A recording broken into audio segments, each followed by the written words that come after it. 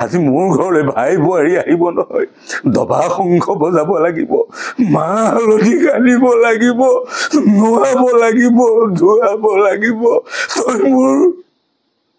জটাধাৰী ভঙুৱা শংকৰ গাত ভস্ম ধোলা ডিঙিত সৰ্পমালা হলাহল বিষাং কৰা নীলকণ্ঠ বিভৎস দেখিলেই কাৰ নম্বৰ শিয়ৰি উঠে বিতৰ্ক ক'ত কৰিব লাগে বিতৰ্ক কৰিব লাগে এখন সমাজত যিখন সমাজত ভাওনাৰ ওপৰত আলোচনা হয় যিখন সমাজত সংস্কৃতিৰ ওপৰত আলোচনা হয় নমস্কাৰ আপোনালোক সকলোকে চিনাকিৰ এটি নতুন খণ্ডলৈ মই চন্দ্ৰমণি গগৈয়ে স্বাগতম জনাইছো আজি আমাৰ মাজত চিনাকিৰ অতিথি হিচাপে উপস্থিত আছে ভাওনা ভূষণ ভাওনা মহিয়ান ভাওনা ৰত্নৰ দৰে বহুতো উপাধিৰে বিভূষিত শ্ৰদ্ধাৰ তিলুক বৰাদেৱ এয়া আমাৰ মাজত উপস্থিত আছে ভাওনা মহিয়ান শ্ৰদ্ধাৰ তিলুক বৰা ছাৰ আপোনাক আমাৰ এই অনুষ্ঠানৰ মাজলৈ স্বাগতম জনাইছো নমস্কাৰ ময়ো পিএমবি মিক্সৰ প্ৰত্যেকজন কৰ্মকৰ্তালৈ আন্তৰিক শ্ৰদ্ধা জনাইছো কৃতজ্ঞতা জনাইছো ছাৰ আমি আহিলো আপোনাৰ লগত এই অনুষ্ঠানটো আগবঢ়াই নিবৰ বাবে আমাৰ ভাওনাৰ লগত বা সংস্কৃতিৰ লগত জড়িত বহুতো ব্যক্তিয়ে আমাক আচলতে কমেন্ট কৰি আছিল ছাৰৰ সৈতে এটি সাক্ষাৎকাৰ হ'ব লাগে আমি আপোনাৰ লগত যোগাযোগ কৰিছিলো আপুনি আমাক ইমানখিনি সময় দিয়াৰ কাৰণে ধন্যবাদ জনাইছো প্ৰথমতে আমাৰ দৰ্শকৰ বাবে আপোনাৰ ঠিকনাটো যদি আৰু আপোনাৰ পৰিয়ালৰ কথা যদি কয় নমস্কাৰ মই সমূহ অসমবাসী ৰাইজলৈ এই চেনেলৰ মাধ্যমেদি আন্তৰিক শ্ৰদ্ধা নিবেদিছো আপোনালোক সকলো সাংস্কৃতিক মনৰ মানুহ সামাজিক দায়বদ্ধপূৰ্ণ মানুহ মই মোৰ চিনাকিটো দিছো মই ত্ৰিলোক বৰা মোৰ ঘৰ যোৰহাটৰ উপকণ্ঠ অঞ্চল পটিয়া গাঁৱত আৰু ইতিমধ্যে মোৰ সাংসাৰিক জীৱন মই আৰম্ভ কৰিলোঁ মোৰ পৰিবাৰ আছে আৰু মোৰ ছোৱালী দুগৰাকী আৰু মোৰ নিজৰ মাতৃ আজি দুমাহৰ আগত ঢুকাইছে পিতৃ আগতেই ঢুকালে আৰু ইনেই আমাৰ ককাই ভাই ছজন এটা ডাঙৰ বৃহৎ পৰিয়াল যদিও বেলেগে বেলেগে থাকোঁ বিভিন্ন কৰ্মসূত্ৰে তেনেকুৱা ধৰণেই অনুষ্ঠান প্ৰতিষ্ঠানৰ লগত পৰিয়ালৰ সহযোগিতাত চলি আছোঁ এয়া মোৰ চমুকে মোৰ পৰিয়ালৰ আপুনি সাংস্কৃতিক জগতৰ লগত আগৰ পৰা জড়িত হৈ আছে হ'লেও বহুতোকে হয়তো জানে বহুলোকে নাজানে আপোনাৰ কৰ্মক্ষেত্ৰৰ কথা যদি অকণমান কয় কৰ্মক্ষেত্ৰ মই বৰ্তমান মহাত্মা গান্ধী জ্যেষ্ঠ মাধ্যমিক বিদ্যালয়ৰ অধ্যক্ষ হিচাপে কাৰ্যনিৰ্বাহ কৰি আছোঁ আৰু কৰ্মক্ষেত্ৰ বুলি কোৱাৰ লগে লগে এটা কথা মনত পৰে যে মই মোৰ এই শৈক্ষিক জীৱনটোলৈ অহাৰ আগতেই মই অসমৰ ভ্ৰাম্যমান নাট্য জগতৰ লগত জড়িত আছিলোঁ অভিনেতা হিচাপে আৰু অপেশাদাৰী নাট্যৰ গোষ্ঠীৰে মোৰ নাটকৰ জীৱন আৰম্ভ হৈছিলে ভাওনাৰ গাঁৱৰ নামঘৰৰ মাধ্যমেদি মোৰ ভাওনাৰ যাত্ৰাটো আৰম্ভ হৈছিলে এনেকুৱা ধৰণে সৰু সৰু কৰ্মক্ষেত্ৰত কাম কৰি থকাৰ মাজতে নিজৰ জীৱিকাৰ কাৰণে বা নিজৰ শৈক্ষিক জীৱনটোক এটা দায়িত্বশীল জীৱন হিচাপে গ্ৰহণ কৰা মানুহৰে মই শৈক্ষিক বৃত্তি শিক্ষকতাৰ বৃত্তি গ্ৰহণ কৰিলোঁ আৰু মই এতিয়া সামাজিক সাংস্কৃতিক শৈক্ষিক এই তিনিওখন ক্ষেত্ৰ পাইছোঁ যদিও ইমান এটা সাংঘাতিক ধৰণে কিবা কাম কৰিছোঁ বুলি মই ভবা নাই তিনিওখন ক্ষেত্ৰলৈ মই অত্যন্ত সুখী হয় আপুনি সাংস্কৃতিক শৈক্ষিক আৰু সাহিত্যিক গোটেইকেইটা জীৱন সামাজিক সাহিত্যৰ লগতো আপুনি জড়িত সাহিত্যৰ লগত খুব বেছি জড়িত নহ'লেও সাহিত্য মই জড়িত বিভিন্ন সাহিত্য বিভিন্ন কিতাপ পঢ়ি ভাল পাওঁ তাৰমানে সাহিত্যৰ লগত কথাটো পৰোক্ষ প্ৰত্যক্ষ কথা আছে আপুনি আমি যিহেতু আপোনাক বিশেষকৈ সাংস্কৃতিক জগতৰ জৰিয়তে আপোনাৰ সৈতে চিনাকি গতিকে আমি সাংস্কৃতিক জগতৰ ক্ষেত্ৰৰ পৰাই আমি আমাৰ অনুষ্ঠানটো আৰম্ভ কৰিছোঁ আপুনি সাংস্কৃতিকভাৱে আপুনি প্ৰথমতে কি ক'লে আপুনি থিয়েটাৰৰ জৰিয়তে আপুনি ভ্ৰাম্যমান থিয়েটাৰৰ জৰিয়তে আহিছে মই আচলতে ভ্ৰাম্যমান থিয়েটাৰৰ মোৰ পেশাদাৰী এটা জীৱন আৰম্ভ কৰিছিলোঁ প্ৰথম অৱস্থাত সেইটো কথা সোধাৰ কাৰণে মই সেইটো উত্তৰ আছিলে গোটেই কথাবিলাক হ'ল আমাৰ গ্ৰাম্য জীৱনত মহাপুৰুষ শ্ৰীমন্ত শংকৰদেৱে যি ভাওনা সংস্কৃতি উদ্ভাৱন কৰিলে সেই কথাটো লৈ পেলাই আমাৰ গাঁও আমি গ্ৰামীণ জীৱনত নামঘৰেই হ'ল আমাৰ প্ৰথম মঞ্চ বা সাংস্কৃতিক জীৱনৰ যিটো গজালি বুলি কোৱা হয় সেইকাৰণে নামঘৰ কেন্দ্ৰিক এটা জীৱন আৰম্ভ হৈছিলে নিজৰ গাঁৱৰ নামঘৰত আমি বৰসবাহৰ ভাওনা নসকামৰ ভাওনা বা গুৰুজনাৰ জন্মোৎসৱত ভাওনা কৰিছিলোঁ তিথিসমূহত ভাওনা কৰিছিলোঁ সেইকাৰণে মই প্ৰথম কথা ক'বলগীয়া হ'লে মোৰ সাংস্কৃতিক জীৱনৰ প্ৰথম গজালিটো মহাপুৰুষ শ্ৰীমন্ত শংকৰদেৱৰ সৃষ্ট নামঘৰৰ পৰা হৈছিল তাৰ পিছত প্ৰায় হাইস্কুলীয়া জীৱনৰ পৰা আমি জড়িত হৈছিলোঁ প্ৰধানকৈ আমাৰ সাংস্কৃতিকভাৱে জেগাকণ বহুত চহকী পটিয়াগাঁও অঞ্চল যোৰহাটৰ কল্যাণী অঞ্চল যোৰহাটৰ সাংস্কৃতিকবান এটা অঞ্চল বুলি জানে সেইকাৰণে আমি তেনেকুৱা ধৰণৰ এটা পৰিৱেশ পাইছিলোঁ আমি অপেশাদাৰী নাট্যগোষ্ঠীৰ বিভিন্ন নাটক কৰিছিলোঁ একাংক নাটক প্ৰতিযোগীবিলাক যথেষ্ট পৰিমাণে তেতিয়া হৈছিলে জিলাই জিলাই অসমৰ বিভিন্ন ঠাইত আমাৰ প্ৰতিযোগিতা কৰি ঘূৰি ফুৰিছিলোঁ লাহে লাহে লাহে লাহে গৈ পেলাই 1985 চনত যেতিয়া আমাৰ অসম গণ পৰিষদ চৰকাৰ গঠন হৈছে তেতিয়া মানে এটা আন্দোলনৰ ধাৰা এটা আহিছিল 79 বিদেশী খেদা আন্দোলন তেতিয়া সেই পটৰ সময়তে আমি খুব দেশপ্ৰেমিকমূলক নাটক কৰিছিলোঁ তেনেকুৱা ধৰণৰ বিভিন্ন ধৰণৰ নাটক কৰি নাটকৰ এটা পোকে আমাক আক্ৰান্ত কৰিছিলে আৰু লাহে লাহে মই 85 চনত স্নাতক চূড়ান্ত পৰীক্ষা দিয়ে ভ্ৰাম্যমাণ থিয়েটাৰলৈ গৈছিলোঁ তেনেকৈ ভ্ৰাম্যমাণ থিয়েটাৰত মই 3টা বছৰ অতিক্ৰম কৰিলোঁ তাৰপিছত আকৌ বিশ্ববিদ্যালয়ত পঢ়িবলৈ গ'লোঁ এনেকুৱা ধৰণৰ নামঘৰ কেন্দ্ৰিক যাত্ৰাটোৰ পৰা অপেশাদাৰী নাট্যগোষ্ঠী ভ্ৰাম্যমাণ থিয়েটাৰ তাৰপিছত আকৌ একেবাৰে এতিয়া বেছিকৈ ৰাস আৰু ভাওনাৰ লগত জড়িত হৈ সুখ অনুভৱ কৰিছোঁ বা ৰাইজৰ লগত থাকি মই আনন্দ পাইছোঁ আপুনি হায়াৰ ছেকেণ্ডাৰী কমপ্লিট কৰাৰ পাছত নাটকত জড়িত হ'ল হায়াৰ ছেকেণ্ডাৰী নহয় মই হায়াৰ ছেকেণ্ডাৰী নহয় নাটকৰ লগত হাইস্কুল পৰ্যায়ৰ পৰাই জড়িত কিন্তু পেশাদাৰী ভ্ৰাম্যমাণ থিয়েটাৰত BA পৰীক্ষা দিয়ে পাছ কৰা ৰিজাল্ট অহাই নাই তাৰপাছত ভ্ৰাম্যমাণৰ পাছত আকৌ আপুনি ইউনিভাৰ্চিটিত পঢ়িবলৈ গৈছে আচলতে একদম মনোবল যথেষ্ট মনোবল মানে মোৰ প্ৰকৃতাৰ্থত ক'বলৈ হ'লে মোক দেউতাৰ শিক্ষক আছিলে তেখেত সামাজিক সাংস্কৃতিক শৈক্ষিকভাৱে খুব মানে দায়িত্বশীল আৰু পৰিপক্ক মানুহ নিজেও অভিনয় কৰিছিলে খুব মানে আমাক উৎসাহ যোগাইছিলে সেইকাৰণে দেউতাৰ এটা লক্ষ্য আছিলে কি চাকৰি তই কৰ নকৰ দৰকাৰ নাই পিছৰ পৰ্যায়ত কিন্তু অন্ততঃ MA টো পাছ কৰিয়া তাৰপিছত তই ভ্ৰাম্যমাণ থিয়েটাৰত থাক তই ভাওনা কৰ নাটক কৰ তোৰ নিজৰ জীৱনটো নিজৰ ধৰণে লৈ যাবি তেনেকুৱা ধৰণে কিন্তু বহুত উৎসাহ দিছিলে সেইকাৰণে আজি যে এই ৰাইজৰ লগত ক্ষুদ্ৰমান মানে কণিকাৰ দৰে ঘূৰি ফুৰিব পাৰিছোঁ দেউতাৰ আৰু মাৰ আশীৰ্বাদ আমাৰ শিৰত আছে সেইটো নহ'লে আচলতে সম্ভৱ নহয় কাৰণ আপুনি পেছাদাৰী হিচাপে আপুনি ভ্ৰাম্যমাণত যোৱাৰ লগে লগে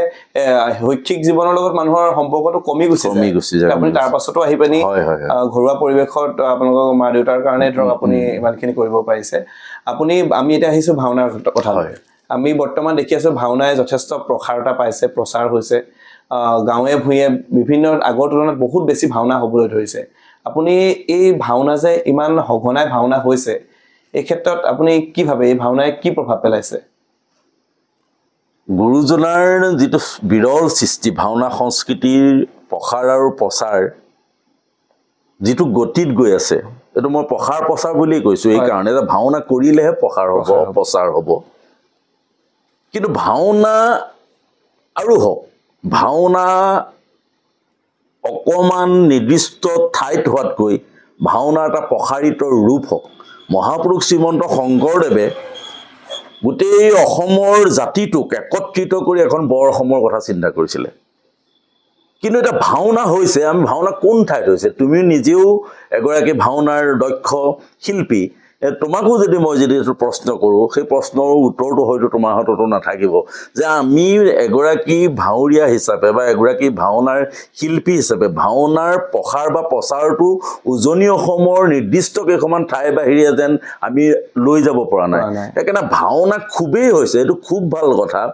সদায় সেইটো কথাক আমি স্বাগতম জনাইছোঁ বা নিজে সেইটো ক্ষেত্ৰত কাম কৰি আছোঁ কিন্তু এটাতকৈ দুখ লাগিছে কি ভাওনাৰ যিটো সমন্বয়ৰ খুঁটিডাল উজনি নামনি একত্ৰিত কৰি পেলাই আমি কৰিব পৰা নাই সেইকাৰণে উজনি অসমৰ কেইখনমান জিলাত বা মাজুলী উত্তৰ পাৰে লখিমপুৰ তেনেকুৱা ধৰণৰ আমাৰ উজনি অসমৰ এটা নিৰ্দিষ্ট ঠাইত যেন ভাওনা হৈ আছে সেইকাৰণে ভাওনা সদায় হওক কিন্তু সমগ্ৰ অসমতে হওক এইটো যে হোৱা নাই উজনি অসমৰ কেইখনমান জিলাত হৈ আছে বা উত্তৰ অসমৰ দুই এখন জিলা মাজুলী এনেকৈ হৈ আছে এইটো কি কাৰণে হৈছে বুলি ভাবে ইয়াত কি কেনা লাগি আছে কেনাটো এনেকুৱা ধৰণৰ আমি আগৰ পৰা দেখিলোঁ আচলতে গোটেই কথাবিলাক এইটো এটা বহল পৰিসৰত পতা কথা আমাৰ আগতেই আমাৰ মাজত পাৰ্থক্য হ'ল দ্বিমত হ'ল কিছুমান কথাত এক হ'ল অংকীয়া নাট ব্ৰজাৱলী আৰু দুই হ'ল মাতৃভাষা ভাওনা আমি যদি অংকীয়া নাটক আমি ভাওনাৰ মাতৃ হিচাপে জ্ঞান কৰোঁ মাতৃভাষা ভাওনাক আমি পুত্ৰ হিচাপে জ্ঞান কৰি লৈ যাব পৰা নাই কিয় আমাৰ মাজত ইমান কিছুমান ৰক্ষণশীল কথা সোমাই পৰিলে যে মাতৃভাষাৰ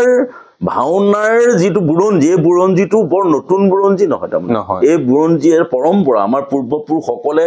বহুত চিন্তা কৰি চহা জীৱনক এটা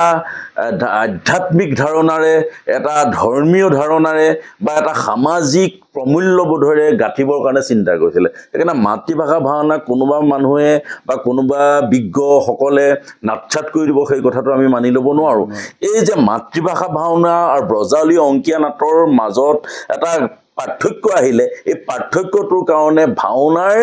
যিটো দ্ৰুত প্ৰসাৰিতা সেই প্ৰসাৰিতাৰ ক্ষেত্ৰৰ এটা প্ৰধান অন্তৰায় প্ৰশ্নবোধক এটা আহি গ'ল বা সমগ্ৰ অসমত প্ৰচাৰ প্ৰসাৰ হোৱাত বাধা হ'ল এতিয়া আমি মধ্য অসমত যোৱাৰ লগে লগে অংকীয়া নাট আজি আমি বাৰেচহৰীয়া ভাৱৰীয়া অংকীয়া নাট কিন্তু মাতৃভাষা ভাওনা কৰিলে ভুল হ'ব নেকি নহয় নহয় মাতৃভাষা ভাওনা কিন্তু এছাম এনেকুৱা মানুহ আছে সাংস্কৃতিক জগতৰ উচ্চ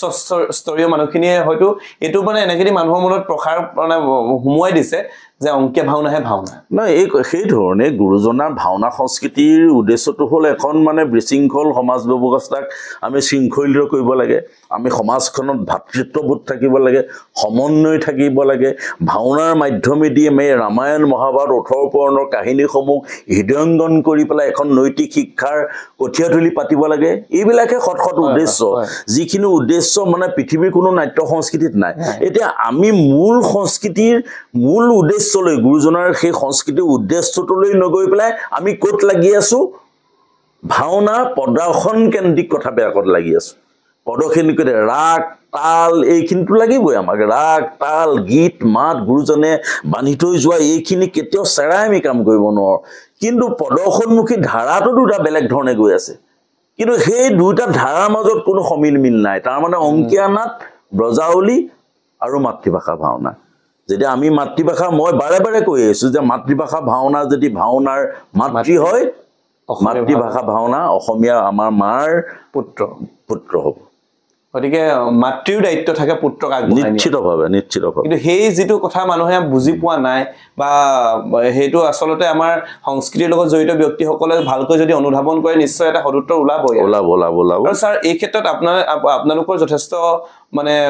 অৰিহণা থাকিব লাগে বা অৰিহণা আছে আগৰ পৰা ভাওনাৰ ক্ষেত্ৰত আপোনালোকে যথেষ্টখিনি আপোনালোকে অৰিহণা আগবঢ়াইছে ভাওনালৈ গতিকে এই যিটো প্ৰচাৰ প্ৰসাৰ ক্ষেত্ৰত যিটো আপুনি বাধা আমি দেখিছোঁ আমি যি আলোচনা কৰিছোঁ এই ক্ষেত্ৰত কিবা উপায় আছেনে বাৰু আপুনি কি ভাবে উপায়টো আছে কিন্তু আমি উপায়টো এটা পৰিকল্পিত ৰূপ দিয়া আমাৰ যথেষ্ট পলম হৈছে প্ৰধানকৈ ভাওনাৰ এটা সংগঠিত ৰূপ নাই ভাওনাৰ দল এটাৰ নাম দিলে ভাওনা কৰিবলৈ গ'ল প্ৰতিযোগিতাত বা ভাওনা সমাৰোহত যোগদান কৰিলে কিন্তু সেই ভাওনাৰ দলটো এটা পৰিকল্পিত কোনো ৰূপ নাইকিয়া অন্য যেনেকৈ বিভিন্ন অনুষ্ঠানত থাকে এটা পৰিকল্পিত শিল্পী সংস্থা থাকে বিভিন্ন ধৰণৰ তেওঁলোকৰ বিষয়ববীয়া থাকে কৰ্মকৰ্তা থাকে সদস্য থাকে তেওঁলোকে একমুঠ হৈ কাম কৰে সেই কথাটো পৰিকল্পিত ৰূপ দিয়া পলম হ'ল কিন্তু লাহে লাহে সুখৰ কথা বা তোমালোকেও জানিছা বা তোমালোকেও সোমাই আছা জড়িত হৈছা যে সদৌ অসম ভাওনা সন্মিলন গঠন এইটো প্ৰথম যোৰহাটতে যোৰহাট জিলা ভাওনা সন্মিলন গঠন হ'ল মই নিজেও কাৰ্যনিৰ্বাহক তাৰ আছিলোঁ তাৰ কাৰ্যকৰী সভাপতি হিচাপে আছিলোঁ আৰু তাৰ পিছতে গৈ পেলাই লাহে লাহে এতিয়া ডক্টৰ পীতাম্বৰ দেৱগোস্বামী প্ৰভু ঈশ্বৰ ডক্টৰ মানিক শইকীয়া বা অসমৰ যিসকল পুৰোধা ব্যক্তি সোণাৰাম শৰ্মা বুঢ়া ভকত এইসকল ব্যক্তি একত্ৰিত হৈ আমি সকলো নবীন প্ৰবীণ একত্ৰিত হৈ কলীয়াপানীস্থ আউনীআটী সত্ৰত যি সদৌ অসম ভাওনা সন্মিলন প্ৰতিষ্ঠা হ'ল আৰু এতিয়া জিলাই বিভিন্ন জিলাক সাঙুৰি পেলাই এখন মানে জিলা কমিটি গঠন হৈছে এই সংগঠিত ৰূপ যে এতিয়া আহিছে এতিয়া মই ভাবিছো ইয়াৰ সূত্ৰ ওলাব তাকে বিভিন্ন লোকে কিন্তু এই কথাত কৈ থাকে সন্মিলনী একো কৰিব নোৱাৰে মই নিজে ব্যক্তিগতভাৱে শুনিছো আপোনালোকে হয়তো শুনিছে কিন্তু হঠাতে ইমান ডাঙৰ নোৱাৰে সেই কথাটো প্ৰশ্ন মই বৰ্তমান এতিয়া আমাৰ ডক্টৰ মানিক শইকীয়া ছাৰ এতিয়া কেন্দ্ৰলৈ যোৱাৰ কাৰণে কেন্দ্ৰীয় সমিতিলৈ যোৱাৰ কাৰণে মই কাৰ্যকৰী সভাপতিৰ পৰা যোৰহাট জিলা ভাওনা সন্মিলনৰ সভাপতি হ'লোঁ তাৰমানে ভাওনা সন্মিলনৰ কথাবিলাক মই বিভিন্ন সামাজিক মাধ্যমতো পাওঁ যে ভাওনাৰ মুৰব্বীসকলে ভাওনাৰ মুৰব্বী কোনো নাথাকে নহয় ভাওনাৰ মুৰব্বী এজনেই মহাপুৰুষ শ্ৰীমন্ত শংকৰদেৱ হয় ভাওনা মুৰব্বী কোনো হ'ব নোৱাৰে গোটেই কথাবিলাকেই ভুল এটা ভাওনা কথা এটা গতিত চলি থকা কথা এটা সেই বেলেগ এটা গতিলৈ নিবলৈ যাওঁতে সময়ৰ প্ৰয়োজন হ'ব আৰু ভাওনা সন্মিলনটো এটা আনুষ্ঠানিক অনুষ্ঠান এই অনুষ্ঠানটোৰ পৰিকল্পিত যিখিনি ৰূপ পঞ্জীয়নৰ কাম ভাওনাৰ সাংগঠনিক যিবিলাক নীতি নিয়মৰ কথা এখন উপবিধি বা সংবিধান প্ৰস্তুত কৰা কথা এই কথাবিলাক ভুকুতে কল্প কৰাৰ নিচিনা কথা নহয় সেইখিনি কৰিবলৈ আমি ইমান দিন চলিয়ে আহিছে সেই ধাৰাটো ধৈৰ্যটো লাগিব চলি আছে সেইটো অকণমান সলনি কৰিব আৰু এনেকুৱা ধৰণৰ আজি শিৱসাগৰতে তোমালোকৰ ঠাইত যিসকল তোমালোকৰ পূৰ্বসৌ ককা আজু ককাই যিখিনি ভাওনা কৰি আছিলে তাত গৈ পেলাই মই ভাওনা সন্মিলনৰ বিষয়ববীয়া বুলি সেইসকল সেই পৰম্পৰা ভুল হৈছে বুলি গৈ পেলাই মই ভাঙিব পৰা অধিকাৰ মোৰ নাইকিয়া আমাৰ কথাটো হ'ল কি আমি কিছুমান কথা যে ভাওনাৰ শিল্পীসকলৰ নিৰাপত্তা থাকিব লাগে আমি কোভিডৰ সময়ত দেখিছিলোঁ যে ভাওৰীয়াসকল কিছুমানে এনেকুৱা ধৰণৰ বহুত শিক্ষিত ল'ৰাও আছে তেওঁলোকে অকল ভাওনামুখী মানে ভাওনা কৰি যেন মই জীয়াই থাকিম এই প্ৰৱণতাটো থকাৰ কাৰণে কোভিডৰ সময়ত এটা আৰ্থিক দৈন্যতাৰ ছবি আমি দেখা পাইছিলোঁ হয় আৰু সেই কাৰণে আমি সেই সময়তে আমাৰ মন মগজুত ৰোপণ কৰিছিলে যে এটা সন্মিলনীৰ প্ৰয়োজন যিটো সন্মিলনে ভাওনাৰ শিল্পীসকলক একদম স্বীকৃতিপ্ৰাপ্ত এজন শিল্পীলৈ পৰিণত কৰিব পাৰিব ঠিক অন্যান্য শিল্পীসকলৰ দৰে যদি অংকীয়া নাট কৰাজনে স্বীকৃতি পাব পাৰে ভাওনা মাতৃভাষা ভাওনা কৰা শিল্পীসকলে কিয় স্বীকৃতি নাপাব এইবিলাক কথা আৰু ভাওনাৰ শিল্পীসকলক সুসংগঠিত কৰা কিবা আৰ্থিক সাহায্য চৰকাৰৰ পৰা আমি আজৰি অনা বা ভাওনাৰ শিল্পীসকলক আমি শিল্পীৰ মৰ্যাদা দিয়া শিল্পী দিৱস বা অন্যান্য কথাত আৰু ভাওনাসকলৰ এখন ভাওৰীয়াসকলক অন্যান্য শিল্পীৰ নিচিনাকৈ বিভিন্ন স্থানত আগবঢ়াই লৈ যোৱা সাংস্কৃতিক ক্ষেত্ৰ মানে তেখেতসকলৰ প্ৰতিভা বিকাশৰ কাৰণে ইত্যাদি ইত্যাদি বিভিন্ন কথা সাঙুৰি ভাওনা সন্মিলন গঠন কৰে ভাওনা সন্মিলন মানে কৰি থকা ভাওনাখিনিক এইটো নকৰিবা সেইটো নকৰিবা জন্ম হোৱা সংগঠন নহয় সেইকাৰণে এইটো লাহে ধীৰে ইতিমধ্যে কাম আৰম্ভ হৈছে আমাৰ ইতিমধ্যে পঞ্জীয়নৰ কাম হৈছে এইটো অত্যন্ত ভাল কথা লাহে লাহে কাম চলি আছে কিন্তু দেখাই কৰা কামবিলাক হয়তো 2 বছৰতে আপোনালোকে সকলোৱে ৰাইজে দেখিব বুলি আমি আশা কৰিছোঁ হয় হয় ছাৰে খুব সুন্দৰকৈ ভাওনা সন্মিলনৰ লৈ মানুহে যিখিনি ভাবি আছে হয়তো বহুত বিতৰ্ক হৈছে ভাওনাক লৈ আমি এইখিনি কথা পাতি সামাজিক মাধ্যমত দেখোঁ ক'ৰবাত প্ৰতিযোগিতা এখন হয় বিশৃংখল হ'ল গতিকে ভাওনা সন্মিলনৰ যি পদক্ষেপ সেই পদক্ষেপ আপোনালোকে খুব কম সময়ৰ ভিতৰত আমাৰ ভাওনাৰ লগত জড়িত বা সংস্কৃতিৰ লগত জড়িত ব্যক্তিসকলে গম পাব ছাৰ এতিয়া আহিছোঁ আপুনি যিটো কথা ক'লে বিতৰ্ক বা এনেকুৱা ধৰণৰ কথা লৈ আহিছোঁ ফেচবুক বা সামাজিক মাধ্যম খুলিবই নোৱাৰি ভাওনা প্ৰতিযোগিতা এখন হৈ যোৱাৰ লগে লগে আপোনাৰ অনুভৱ কওকচোন মানে এই বিতৰ্ক ভাওনা প্ৰতিযোগিতা বিতৰ্ক আৰু ভাওনা প্ৰতিযোগিতা প্ৰথম কথাটো হ'বলৈ গ'লে কি প্ৰথম যেতিয়া মোবাইলটো লৈ পেলাই ৰাতিপুৱা হওক বা আজৰি সময়কণত আমি অলপ ব্যস্ত হৈ থাকোঁ চাকৰি তাকৰি যাব লাগে তাৰ মাজতো দেখোঁ প্ৰথম যেতিয়া ভাওনাক লৈ পেলাই বিভিন্ন বিতৰ্ক দেখোঁ তেতিয়া এজন ভাওৰীয়া হিচাপে বা ভাওনাৰ লগত জড়িত থকা এজন ব্যক্তি হিচাপে অকণমান কষ্ট পাওঁ এই কাৰণে আমি কাক লৈ বিতৰ্ক কৰি আছোঁ আজি আৰু গোটেই বিতৰ্কটো প্ৰতিযোগিতাক লৈ পেলাই হৈ আছে ভাওনাৰ উত্তৰণৰ কাৰণে কিন্তু কোনো বিতৰ্ক কৰা নাই ভাওনাক এটা গতিশীল শিল্পলৈ পৰিণত কৰাৰ কাৰণে কোনো বিতৰ্ক কৰা নাই সকলো বঞ্চিত পুৰস্কাৰৰ পৰা বঞ্চিত বা ৰেফাৰী বা বিচাৰকৰ দোষ এইবিলাক লৈ পেলাই আমি এটা সৰু গণ্ডিৰ মাজত থাকি পেলাই আমি কাম কৰি আছোঁ এটা বহল সাগৰলৈ আমি যাবই পৰা নাই তাত গৈ পেলাই বিভিন্ন ধৰণৰ বিষয়ববীয়া বুলি পেলাই বিভিন্ন তুচ্ছ তাচ্ছিল্য কৰাও দেখা পাওঁ সেইবিলাকত বাৰু ভাগ নলওঁ ল'বলৈও সময় নাই বা লৈ পেলাই কিবা ফলাফল এটা পালেও বেলেগ কথা সেইকাৰণে গোটেই কথাবিলাক এনেকুৱা বিতৰ্ক ক'ত কৰিব লাগে বিতৰ্ক কৰিব লাগে এখন সমাজত যিখন সমাজত ভাওনাৰ ওপৰত আলোচনা হয় যিখন সমাজত সংস্কৃতিৰ ওপৰত আলোচনা হয় যিখন সমাজত মহাপুৰুষ শ্ৰীমন্ত শংকৰদেৱৰ অনবদ্য এই সংস্কৃতিৰ দানবিলাকক লৈ পেলাই আলোচনা হয় তাত নিজৰ মত প্ৰতিষ্ঠা কৰিব লাগে সামাজিক মাধ্যমত পুৰস্কাৰ এটা বা বঞ্চিত হোৱাৰ পিছত কোনোবা মানুহৰ আবেগ অনুভূতিক আঘাত কৰি পেলাই তুচ্ছ তাচ্ছিল্য কৰি কৰা বিতৰ্কত মই নিজে ব্যক্তিগতভাৱে ভাৱ নলওঁ আৰু মই আহ্বান জনাইছোঁ উঠি অহা সকলো ভাওনাপ্ৰেমী ৰাইজে সেইবিলাকত ভাগ নল'ব গঠনমূলক দৃষ্টিভংগীৰে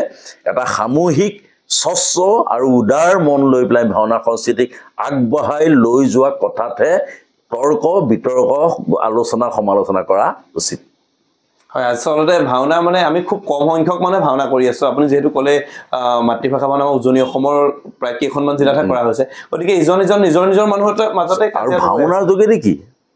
মই এইটো কথাই কৈছো যে ভাওনা আমাক ভাতৃত্ববোধে গঢ়িবলৈ দিছে মই যদি পুৰস্কাৰ এটা নোপোৱাৰ কাৰণে মই বিতৰ্কতা সূচনা কৰোঁ সেই কথাটো আৰু কিবা এটা দৰকাৰী ভাওনাৰ বিষয়ে শুদ্ধ অশুদ্ধ কিবা এটা কথা জানিবৰ কাৰণে কোনো বিজ্ঞ লোক বা বিচাৰকৰ লগত ফোন কৰি কৰিব পাৰে ইমান তুচ্ছ তাচ্ছিল্য কৰি পেলাই ক'ব নাপায় মানুহক আমাক গুৰুজনাই তুচ্ছ তাচ্ছিল্য কৰিবৰ কাৰণে ভাওনা কৰিবলৈ কোৱা নাই আমাৰ ভাতৃত্ব সমন্বয় গঢ়িবৰ কাৰণে ভাওনা কৰিবলৈ কৈছে যদি আমি সেইটোৱেই নকওঁ তেনেহ'লে ভাওনাত খুব ভালকে প্ৰস্থান এটা কৰিলে ভাওনাত খুব ধুনীয়াকে প্ৰৱেশ এটা কৰিলে ভাওনাত খুব ধুনীয়াকে সংলাপ প্ৰক্ষেপণ কৰিলে ধুনীয়াকে সাজ সজ্জা কৰিলে পুৰস্কাৰ এটা পোৱাজনেই ভাওনাৰ শ্ৰেষ্ঠ অভিনেতা হ'ব নোৱাৰে বা শ্ৰেষ্ঠ ভাওৰীয়া হ'ব নোৱাৰে সেইটো প্ৰতিযোগিতা এখনৰ গণ্ডিৰ মাজত থকা কথাটো সেইটো কোনোবা ভাওনা প্ৰতিযোগিতা চোৱা মানুহকেইজনেও হয়তো কোনোবাই স্বীকৃতি নিদিব পাৰে বেয়া হ'ব পাৰে সেইটো এটা বিচাৰ এটা ঠেক গণ্ডি কথা কিন্তু সেইটো এটা পৰ্যায় এটা চলি আছে প্ৰতিটো প্ৰতিযোগিতাত সেইটো আমি মান্যতা প্ৰদান কৰোঁ এজন শিল্পীয়ে স্বীকৃতি দিওঁ নিশ্চিতভাৱে এটা অনুষ্ঠানে স্বীকৃতি দিয়ে সেইখিনিলৈকে সকলো ঠিকে আছে কিন্তু পুৰস্কাৰ এটা পোৱাৰ পিছত তুমি আজি পুৰস্কাৰ এটা পালা মই কোনোবা বঁটা এটা নাপালো মই জ্বলন এটা হৈ গ'ল মোৰ জ্বলন লৈ পেলাই চন্দ্ৰমণি গগৈয়ে পুৰস্কাৰ পালে মই নাপালো ইমান অভিজ্ঞ মানুহ হৈ নাপালো কিন্তু মই তোমাৰ আনন্দটো তুমি পোৱা কৃতকাৰ্যটোত মই ভাগ ল'ব নোৱাৰো নেকি মই কি আনন্দ ল'ব নোৱাৰো নেকি সেইকাৰণে মই এইটোৱে অনুৰোধ কৰিছো আনৰ সাফল্যক স্বীকৃতি দিব পৰাজনহে প্ৰকৃত শিল্পী সত্তাৰ মানুহ আচলতে ময়ো এনেকে দি ভাবো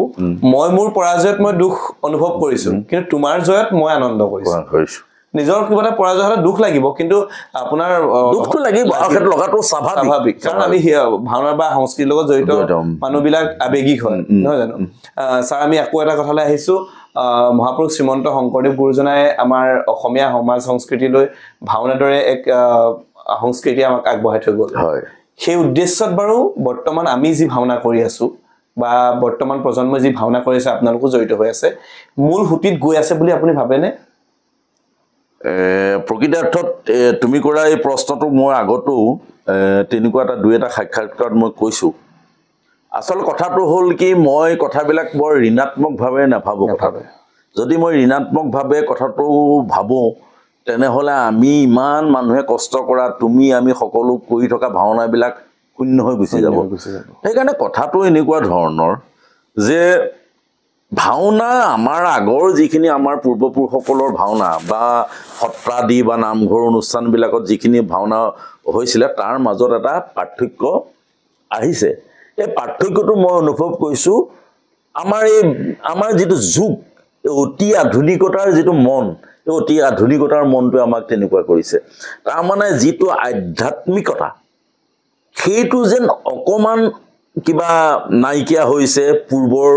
ভাওনা কৰাতকৈ তেনেকুৱা এটা অনুভৱ মোৰ মাজে মাজে হয় যিটো ভাওনাৰ মূল উপবীৰ্য হিচাপে আমি স্বীকৃতি দিওঁ যে ভাওনাৰ মূল কথাটোৱেই হ'ল ভক্তিমাৰ্গ সেইকাৰণে ভাওনাৰ সেই ভক্তিমাৰ্গটো আগতকৈ অলপ কমি অহা যেন লাগিলে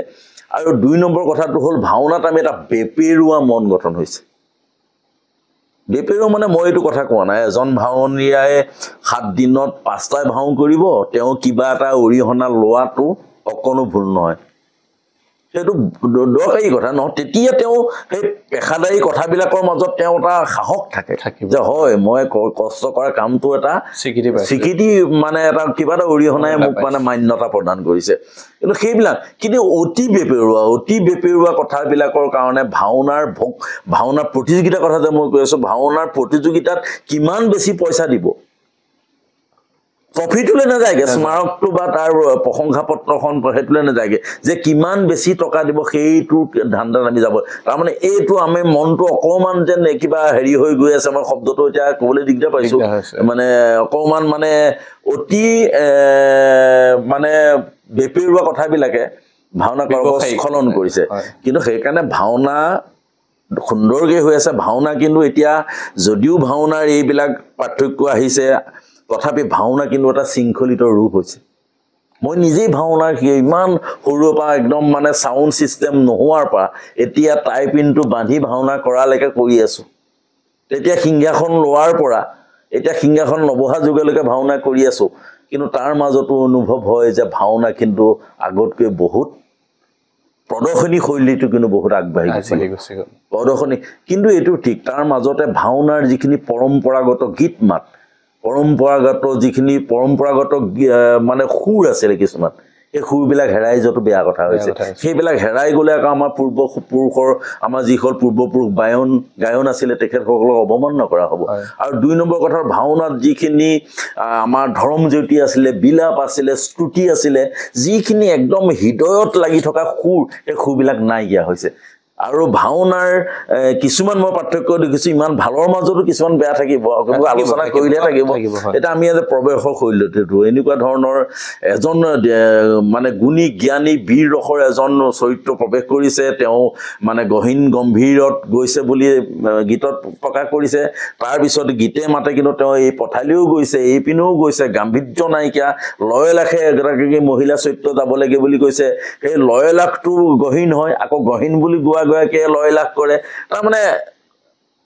সেই কথাটো অকমান অধ্যয়নশীলতা কম বুজি নাপায় তাৰ মানে গীতটোত যাবহে লাগে গীতটোৱে কথাটোৱে কি কৈছে সেই কথাটো বুজি পোৱা নাই সেইকাৰণে ভাওনাত তেনেকুৱা ধৰণৰ পাৰ্থক্য বা তেনেকুৱা ধৰণৰ বৈসাদৃশ্য আহিছে কিন্তু সেইবিলাক মই ঋণাত্মক দৃষ্টিভংগীৰে লোৱা নাই সেই ভুলে শুদ্ধই এটা সংস্কৃতি আগবাঢ়ি যাব আৰু এতিয়া বহুতত আমি প্ৰশ্ন হয় যে ভাওনাত আগতে টাইপিন নলয় এতিয়া টাইপিন লয় মাইক্ৰফোন ল'ব মহাপুৰুষ শ্ৰীমন্ত শংকৰদেৱ যদি একবিংশ শতিকাত জন্মগ্ৰহণ কৰা এজনী সংস্কৃতিৰ মহানায়ক হিচাপে এতিয়া জন্মগ্ৰহণ কৰিলেহেঁতেন মই ভাবিছোঁ প্ৰযুক্তিবিদ্যাৰ এই সুবিধাখিনি গ্ৰহণ কৰিলেহেঁতেন কিন্তু পৰম্পৰাগত যিখিনি কথা যিখিনি আধ্যাত্মিক ভাৱধাৰা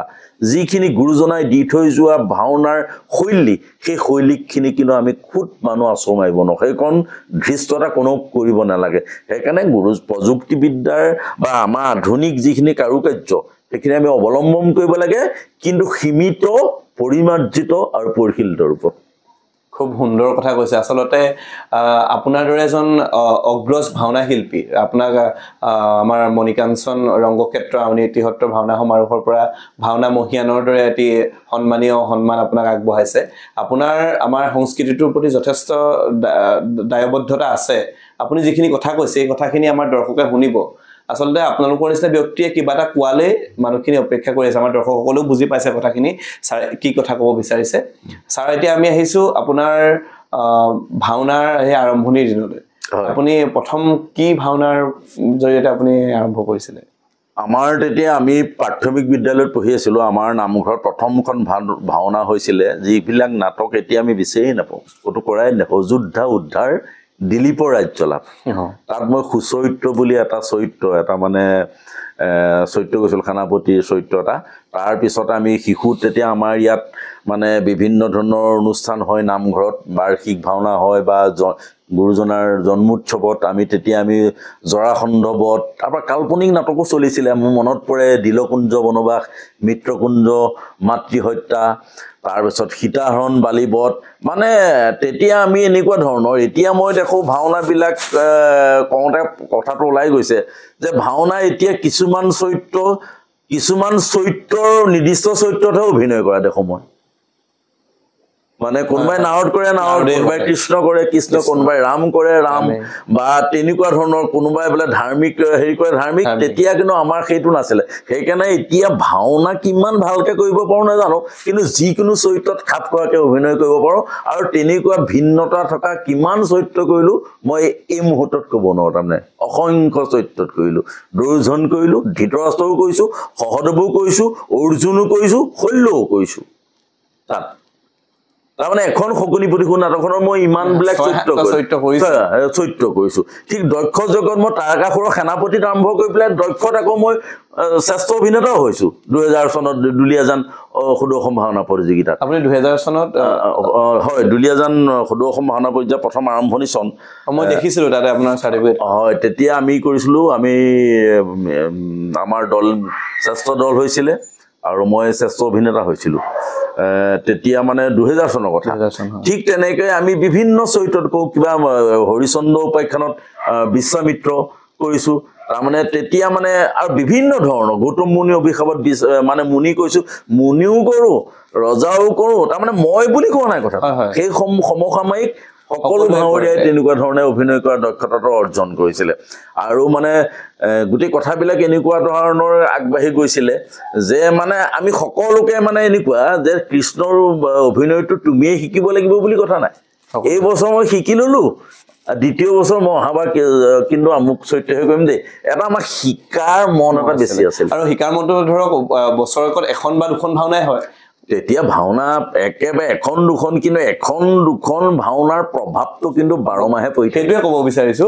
অহা বছৰকে ভাওনা কি কৰিম সেই হেপাহটো আজি ভাওনা শেষ হৈ গ'ল কাইলৈৰ পৰা এটা এতিয়াৰ 12খন ভাওনাই যিটো প্ৰভাৱ পেলাইছে তেতিয়া এখন বা দুখন ভাওনাই এখন গাঁৱক এটা বৃহত্তৰ অঞ্চলত এটা আধ্যাত্মিক ভাৱনা জাগৃত কৰি ৰাখিব পাৰিছিলে আৰু এটা কথা মোৰ জানিবলৈ মন গৈছে আপুনি তেতিয়াৰ পৰা ভাওনাৰ লগত জড়িত হৈ আছে বৰ্তমান 2024 চনলৈকে আপুনি অভিনয় এতিয়াও কৰি আছে এই মুহূৰ্তলৈকে কৰি আছে গতিকে মোৰ আপোনাক লগ পাই আৰু এটা কথা জানিবলৈ মন গৈছে কিছুমান এনেকুৱা মানুহ আমি ইন্টাৰভিউ লৈছো বা আমি সাক্ষাৎকাৰ লৈছো ধৰক তেতিয়া ভাওনা কৰিছিলে কিন্তু এতিয়া কৰা নাই এতিয়া বিভিন্ন ধৰণে জড়িত হৈছে যেহেতু আপুনি তেতিয়াৰো অভিনেতা এতিয়াৰো তেতিয়াৰ অভিনয় আৰু এতিয়াৰ অভিনয়ৰ মাজত আপুনি কেনেকুৱা ধৰণৰ তুলনা অভিনয় মানে এনেকুৱা ধৰণৰ আছিলে ভাওনাৰ নিজৰ ক্ষেত্ৰত কৈছো ভাওনাৰ মানে এটা পৌৰাণিক নাটক বুলি কোৱাৰ লগে লগে যিটো মাইথলজিকেল ড্ৰামা বা হিষ্ট্ৰিকেল ড্ৰামা বা মানে এতিয়াৰ যিখিনি সামাজিক নাটক ছ'চিয়েল ড্ৰামা এই গোটেই নাটকবিলাকৰ মাজত শৈলীটি উপস্থাপন শৈলী প্ৰদৰ্শনৰ শৈলী সংলাপ প্ৰক্ষেপণৰ শৈলীবিলাক বেলেগ বেলেগ হয় খোজকাটল বেলেগ হয় অৱস্থান বেলেগ হয় বিভিন্ন ধৰণৰ বেলেগ হয় সেইকাৰণে সেই সময়ত এটা মানে প্ৰত্যেকবিলাক নাটকেই অমিতাক্ষ ছন্দবদ্ধ আছিলে সেইকাৰণে অমিতাক্ষ ছন্দৰ বচনবিলাক সংলাপ শুনি গাবলৈ যাওঁতে এটা লয় লাগিছিলে তাত লয় এতিয়া আকৌ ভাওনাবিলাকত কি হয় দুই এখন নাটক বাদ দি পেলাই এটা শগুনি প্ৰতিশোধ নাটকখন যদিও মঞ্চ নাটক এতিয়া আমি ভাওনা হিচাপে কৰি আছো কিন্তু তাত মানে একটা কবিতাৰ নিচিনাকে সৃষ্টি হৈছে তাত মানে কথা বা এটা কমা বা এডাল দাড়ি ব্যৱহাৰ কম যোৱাৰ লগে লগে তাৰ সৌন্দৰ্যটো নাইকিয়া হৈ যাব কিন্তু এতিয়া নাটকবিলাক মানে আমাৰ বেছি মানে ড্ৰামা মানে বেছি সামাজিক নাটকৰ টাইপলৈ গৈ আছে পাৰ্থক্যটো সেইকাৰণে আগৰ ভাওনাবিলাকত সেই অমিতাক্ষ ছন্দৰ লয়টো মানে আগবঢ়াই লৈ যাওঁতে তাত এটা সুৰ আছিলে অলপ সুৰ আছিলে কিন্তু এতিয়া নাটকবিলাক বেছি সামাজিক নাটকৰ দৰে কিছুমানটো ভাওনাত মই দেখিছো দুই এখন ভাওনাত সংলাপ প্ৰক্ষেপণটো একেবাৰে সামাজিক নাটক যেন লাগে সেইটো কিন্তু মই ইমান গ্ৰহণযোগ্যতা নাই নহ'লেনো সামাজিক নাটক ঐতিহাসিক নাটক পৌৰাণিক নাটকৰ মাজত একো পাৰ্থক্যই নাথাকিব দেখোন সেইকাৰণে ভাওনাৰ এটা লয় লাগিব ছন্দবদ্ধ লয় আসলতে এইটো কথা বহুত ক্ষেত্ৰত দেখা যায় কেতিয়াবা কোৱা হয় যে অভিনয়টো অকমান নাটকীয় হৈছে তেতিয়া মানে বিভিন্ন ধৰণে প্ৰশ্ন কৰে অভিনয় এনেদি কয় এই ক্ষেত্ৰত আপুনি অভিনয়টো অভিনয় হয় কিন্তু ভাওনাৰ অভিনয় পাৰ্থক্যটো থাকিব লাগিব তুমি এতিয়া বিহু নাচা আৰু সেই একে ধৰণে তুমি সত্ৰীয়া নৃত্য এটা কৰা নাচটো নাচ কিন্তু তাৰ মানে তাৰ বৈশিষ্ট্য তাৰ যিটো মানে প্ৰদৰ্শনমুখী যিটো শৈলী সেইবিলাকৰ পাৰ্থক্য থাকিব লাগিব সেইটো মানে অভিনয় সামাজিক নাটকৰ অভিনয় আৰু ভাওনাৰ অভিনয়ৰ মাজত পাৰ্থক্য একদম থাকিব লাগিব নাথাকিলেতো দেখোন আৰু ভাওনা নাটক একাকাৰ হ'ব মই এইটো ড্ৰেছ নিপিন্ধি পেলাই তুমি চুটটাই মাৰি পেলাই ভাওনা কৰিব পাৰিলোহেঁতেন এনেকুৱা ধৰণে নহয় কথাবিলাক ইমান সহজকে ভাবিলেও আচলতে সহজকে আপুনি আপোনাৰ মুখেৰে কথাকেইটা এইকাৰণে কৈছো কাৰণ আপুনি ভ্ৰাম্যমান নাটক বা সামাজিক নাটকৰ লগত খুব বেছি ভালদৰে জড়িত এজন ব্যক্তি আৰু ভাওনাটো আপুনি খুব ভালদৰে সক্ৰিয়ভাৱে থকা এজন ব্যক্তি গতিকে সেইটো কথা মই আপোনাৰ পৰা জানিব বিচাৰিলো ছাৰ আমি এতিয়া আহিছো ভাওনাৰ প্ৰতিযোগিতা বিচাৰক হিচাপে আপুনি বিচাৰকো বিভিন্ন ঠাইত এখন হৈছিলো এতিয়া বহুত দিন আপোনাৰ মই আজি প্ৰায় 3-4 বছৰ সেই বিচাৰকৰ প্ৰক্ৰিয়াটোৰ পৰা মই আঁতৰি আছো অলপ আপুনি ভাওনা মহিয়ান পোৱাৰ পাছত নাই বহা নেকি নাই বহা নাই মোক সমিতিয়ে যোগাযোগো কৰে গম পাইছো আপুনি মানে এই বিতৰ্কবিলাক বা এনেকুৱা বিলাকৰ কাৰণে নহয় সেই ধৰণে কলেও নহয় আচলতে বিতৰ্কবিলাকতো কোনো ভাল নাপায় কিন্তু কথাটো হ'ল কি মোৰ প্ৰধানকে হ'ল মোৰ চাকৰি কথা তাতে মোৰ ব্যক্তিগতভাৱে ক'বলৈ হ'লে পৰিবাৰৰ চাকৰি শিৱসাগৰত অহা যোৱা কৰিব লাগে আৰু নিজৰ চাকৰি দায়বদ্ধতা তাত গৈ পেলাই ধৰি লওক দুখন ভাওনা প্ৰতিযোগিতা বিচাৰ কৰি পেলাই বেলেগ এখন জিলাৰ পৰা থাকি লোৱাটো মানে অসম্ভৱ তাৰ মানে কথাটো হয় কি সেইটো এটা কাৰণ আৰু 2 নম্বৰ কাৰণটো হ'ল কি এই কিবা এটা ভাল কাম কৰাৰ পিছত আকৌ খোচা বিনা কথাবিলাক শুনি থাকিবৰ কাৰণে মই অকমান অশান্তি পাওঁ আৰু সেইটো এটা কাৰণ হ'ব পাৰে তুমি কোৱা কাৰণটো তুমি ক'লাৰ কাৰণে মই কৈ দিছো এনেকুৱা ধৰণৰ ব্যক্তিগত চাকৰি অসুবিধা বা তেনেকুৱা ধৰণৰ কথাবিলাক কিবা ভাল নালাগে সেইকাৰণে মই এতিয়াও মই প্ৰতিযোগিতাত অংশগ্ৰহণ কৰোঁ পৰোক্ষভাৱে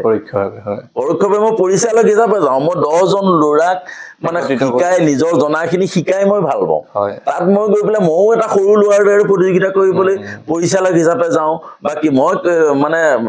তাত এটা সুখানুভূতি থাকে এটা বেলেগ ধৰণৰ তৃপ্তি থাকে বিচাৰকৰ আসনখনত এইটো ঠিক যে বিচাৰসকল মানে তেখেতসকলক মই শ্ৰদ্ধা জনাওঁ যিসকলে এতিয়া কষ্ট কৰি আছে কোনোবাইতো বিচাৰ কৰিব লাগিব কোনোবাইতো কৰিব লাগিব বিচাৰ তেখেতসকলে ইমান কষ্ট কৰি ঘৰ বাৰী এৰি আহি পেলাই লোকৰ জিলা এখনত বা নিজৰ জিলাতে টোপনি ক্ষতি কৰি আহি পেলাই ভাওনাৰ বিচাৰ প্ৰক্ৰিয়া কৰিছে তাত মানুহৰ বিচাৰ পদ্ধতি বিভিন্ন কথা বতৰাৰ মাজত পাৰ্থক্য থাকিবই তাত মানে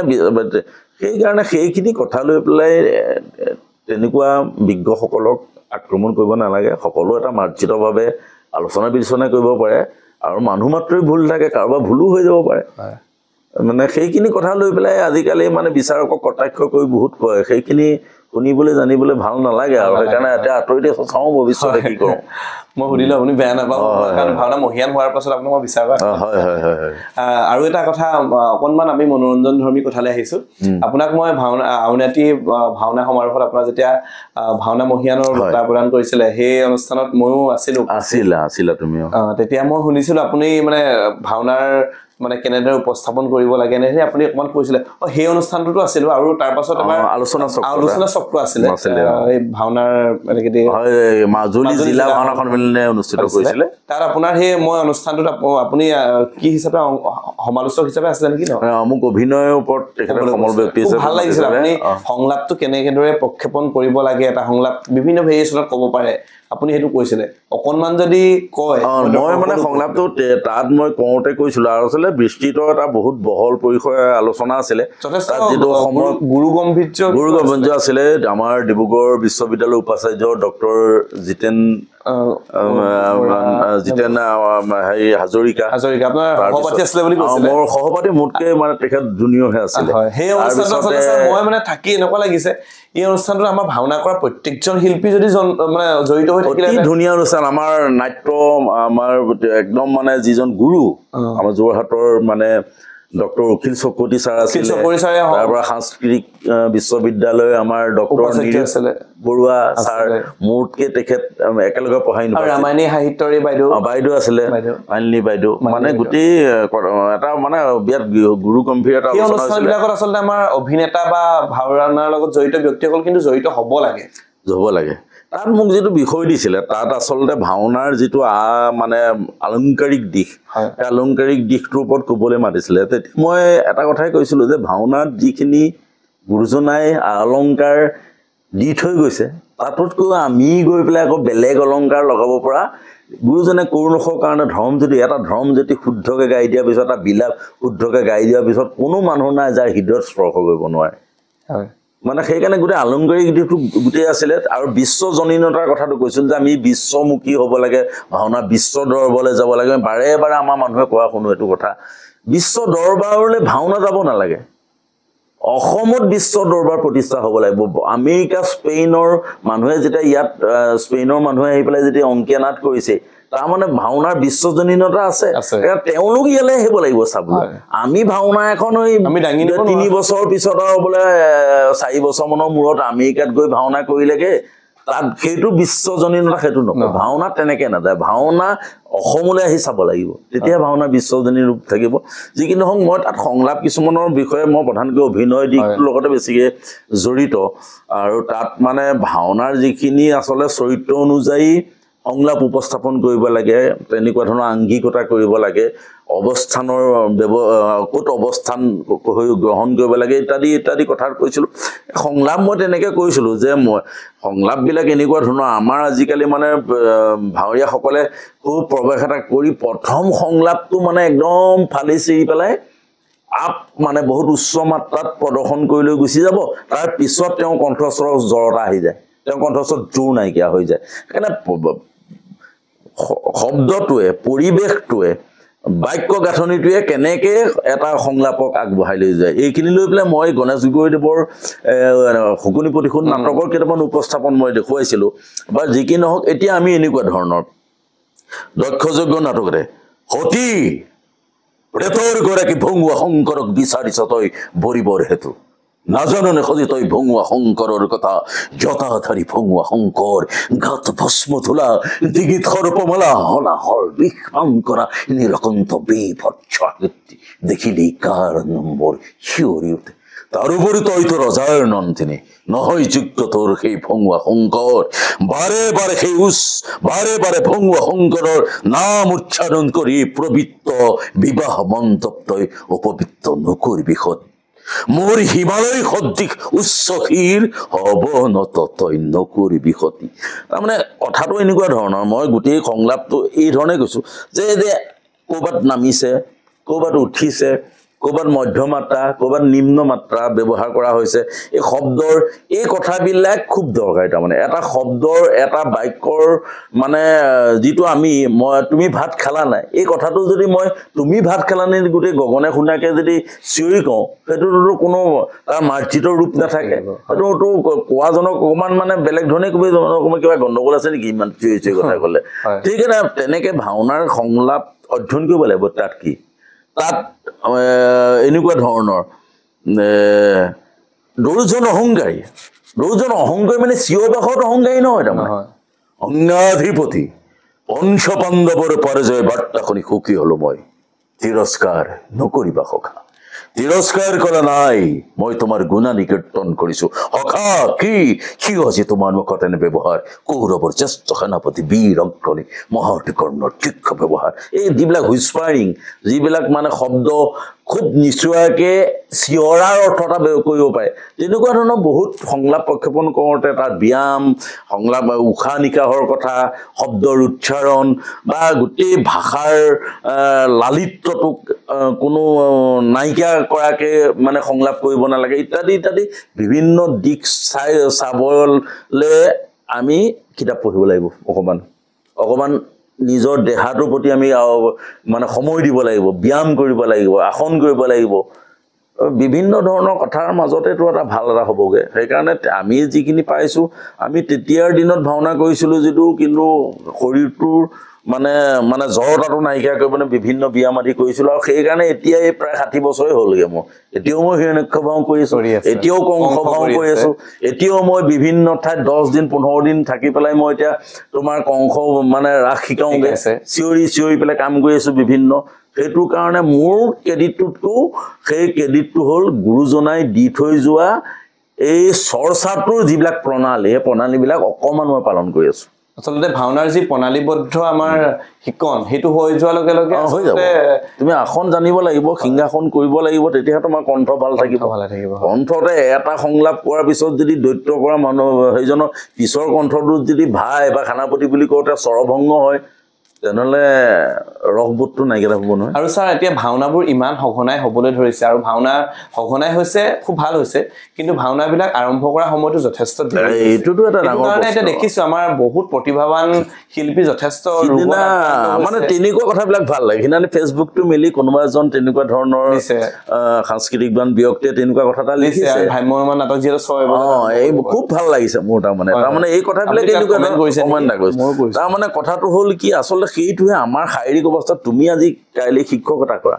তোমাৰ নিজৰ অকল ভাওনা কৰিলেই নহ'ব তুমি ল'ৰা ছোৱালীখিনি ভৱিষ্যতৰ এজন ভাতকটীয়া তুমি সেই সময়ত স্কুলত উপস্থিত থাকিব লাগিব নিজৰ ঘৰুৱা কাম কৰিব লাগিব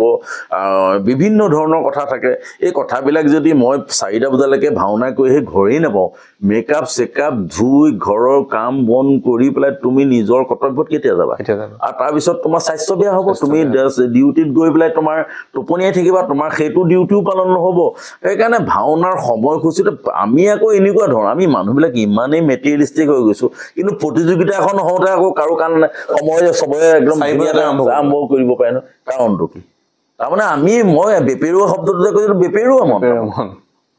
আৰু মই দোকানখন খুলিবই লাগিব তাৰমানে হয় এতিয়া আমাৰ প্ৰদৰ্শনী ভাওনাখনতে দেৰিকে যাম 8টা বজাত প্ৰদৰ্শনী আৰু এটা কথা মই থাকোঁতে কিছুমান শব্দ ভাওনা সংস্কৃতিৰ পৰা আঁতৰাব হ'ল প্ৰদৰ্শনটো ডেমো বুলি শব্দ এটা কয় আকৌ ভাওনাত কোনোবা এজনে প্ৰৱেশ এটা দি দিলে তলত মানে দুৰ্দান্ত প্ৰৱেশ বুলি কৈ পেলাই বেলেগ ধৰণে শব্দ এটা লিখি দিয়ে তাৰপৰা লিখি পেলাই জুই তাৰপৰা এনেকুৱা ধৰণৰ মানে খেপ বুলি কয় ভাওনাৰ যিটো অৰিহণা তেতিয়া অকণমান বৰ লাজ পাওঁ তাৰমানে বৰ লাজ ইমান ভাওনা শব্দটো যে একদম মানে জুই তোমাৰ মানে তেনেকুৱা ধৰণৰ কিবা মানে এইটো কি শব্দৰ ভিতৰত পৰে মই নাজানো মানে অভিধানিক অৰ্থ আছে নাই সেইটোও নাজানো কিন্তু ভাওনা কৰা মানুহৰ তেনেকুৱা শব্দৰ ব্যৱহাৰটো অকণমান দিগদাৰ হয় আধ্যাত্মিক দিশৰ মানে আমাক ভাৱনাত ভাওনাই কি শিকাইছে আমাৰ ভাওনাৰ প্ৰভাৱতে গাত পৰি থাকিব লাগিবতো হয় এতিয়া আপুনি শিক্ষকতাৰ লগত জড়িত হৈছে আপোনাৰ শিক্ষকতাৰ জীৱনত আপুনি অভিনয়ৰ ক্ষেত্ৰত কিবা ছাত্ৰ ছাত্ৰীসকলক কিবা হেৰি কৰেনে মই আচলতে গোটেই মই যেনেকৈ নামঘৰত ভাওনা শিকিছিলোঁ তেনেকৈ নাট শিকিছিলোঁ স্কুল পৰ্যায়ত আমি মানে বিভিন্ন আমাৰ বিদ্যালয় সপ্তাহ বা কলেজ উইকত আমি নাটক কৰিছোঁ ইউনিভাৰ্চিটি উইক মানে বিশ্ববিদ্যালয় সপ্তাহত আচলতে শৈক্ষিক সাংস্কৃতিক সামাজিক গোটেই মনটোতো আৰম্ভণিটো আমাৰ স্কুল পৰ্যায়ৰ পৰা আৰম্ভ হয়তো সেইকাৰণে আমি গোটেই মোৰ নাটকৰ ক্ষেত্ৰত স্কুলৰ অৱদান বিশ্ববিদ্যালয়ৰ অৱদান মানে মহাবিদ্যালয়ৰ অৱদান যথেষ্ট আছে তাৰ পৰাহে আমি মানে পাইছিলোঁ কিবা এটা যেতিয়া ডিব্ৰুগড় ইউনিভাৰ্চিটিত মই শ্ৰেষ্ঠ অভিনেতা আছিলোঁ শ্ৰেষ্ঠ অভিনেতা আছিলোঁ 88 নে 88ত মানে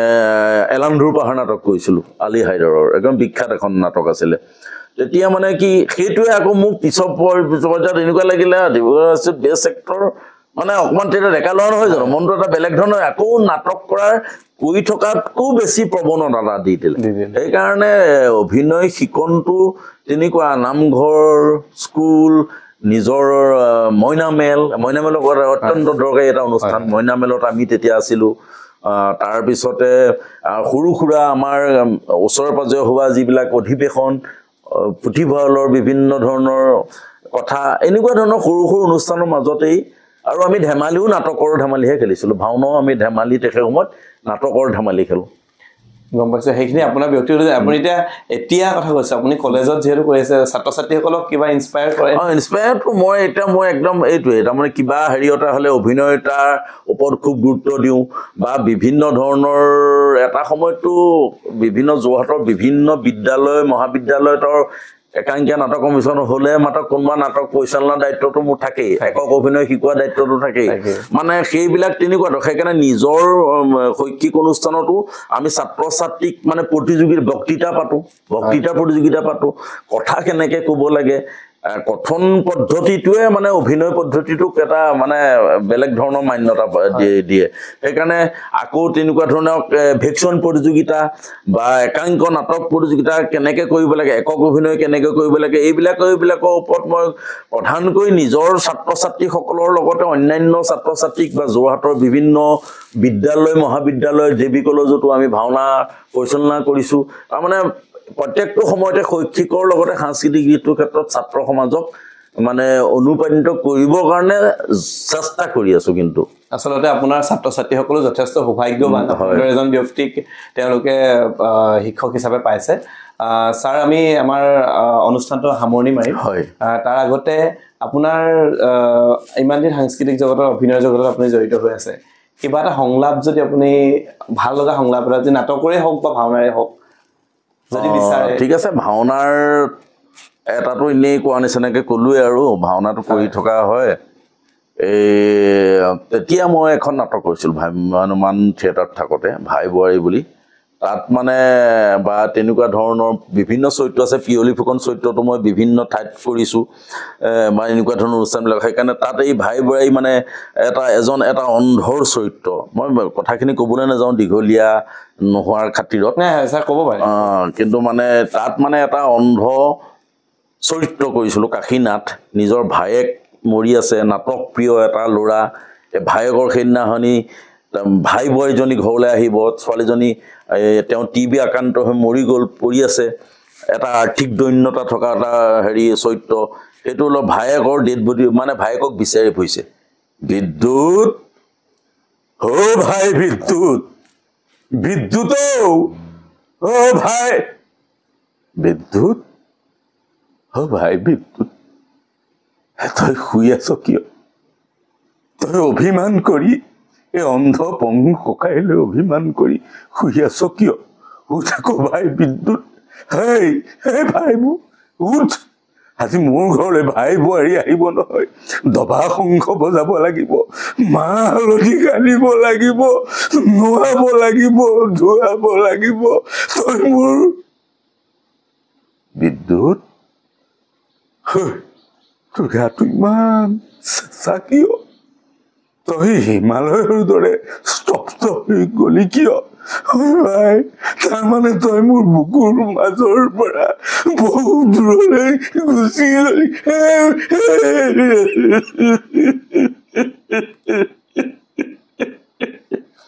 তুলমূলকে কৈ দিলো ছাৰ কেনেকৈ সম্ভৱ ইমান জীৱন্ত অভিনয় হঠাৎ